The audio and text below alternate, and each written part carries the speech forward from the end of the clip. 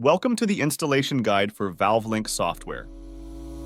This guide will walk you through each step required to successfully install the latest version of ValveLink on your computer.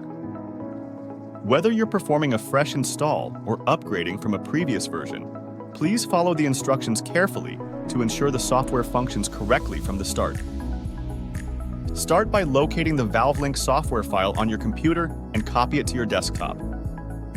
Right-click on the zip folder and select Extract Here to unzip the installation files onto your desktop.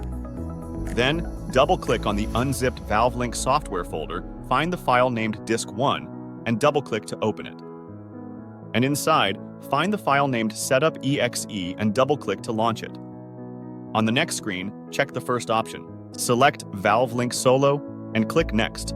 Select the language for the installation from the choices below.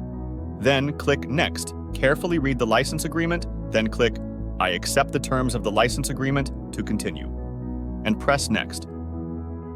When starting the installation process of ValveLink, two possible scenarios may apply. If you are upgrading an existing version of ValveLink, you will see a pop-up window in the Next Step dock. This pop-up allows you to launch the license wizard to activate your license. However, if this is a brand new installation of ValveLink on a fresh system, no pop-up will appear in that case.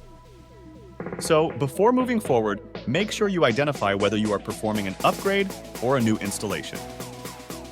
A confirmation message will pop up. Click Yes to proceed. If you're upgrading from a previous version, confirm by clicking Yes here, select folder where Setup will install files, and decide whether you want to keep or replace your existing database. Then click on Next. Confirm installation by clicking Finish to complete the installation process. But please make sure the information below is correct before continuing then. Click Finish progress screens will appear. Just wait for the installation to finish. The installation of ValveLink Software 14 has completed successfully on your computer.